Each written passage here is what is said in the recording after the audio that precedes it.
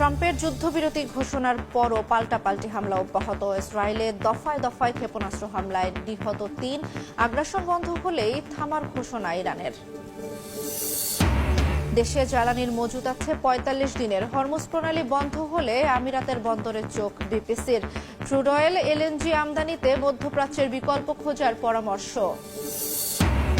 আশুলিয়ায় ৬ লাশ পোড়ানোর মামলায় ১৬ জন জড়িত, জানালো তদন্ত সংস্থা। গ্রেপ্তার ৭ আসামিকে ট্রাইব্যুনালে হাজির। তদন্ত প্রতিবেদন ও আনুষ্ঠানিক অভিযোগ দাখিল আজ। গুমের পর ইনজেকশন পুশ করে হত্যা, নিশ্চিহ্নে পোড়ানো হয় মরদেহ। শেখ হাসিনার নির্দেশে বাস্তবায়ন, কমিশনের প্রতিবেদন। বন্দিশালায় জিজ্ঞাসাবাদে আমেরিকানরাও।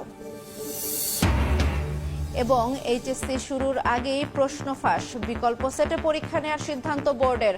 অপরাধীদের শাস্তি না হওয়ায় কারণ, বারবার কেলেঙ্কারি, সেনা সহায়তা নেয়ার পরামর্শ।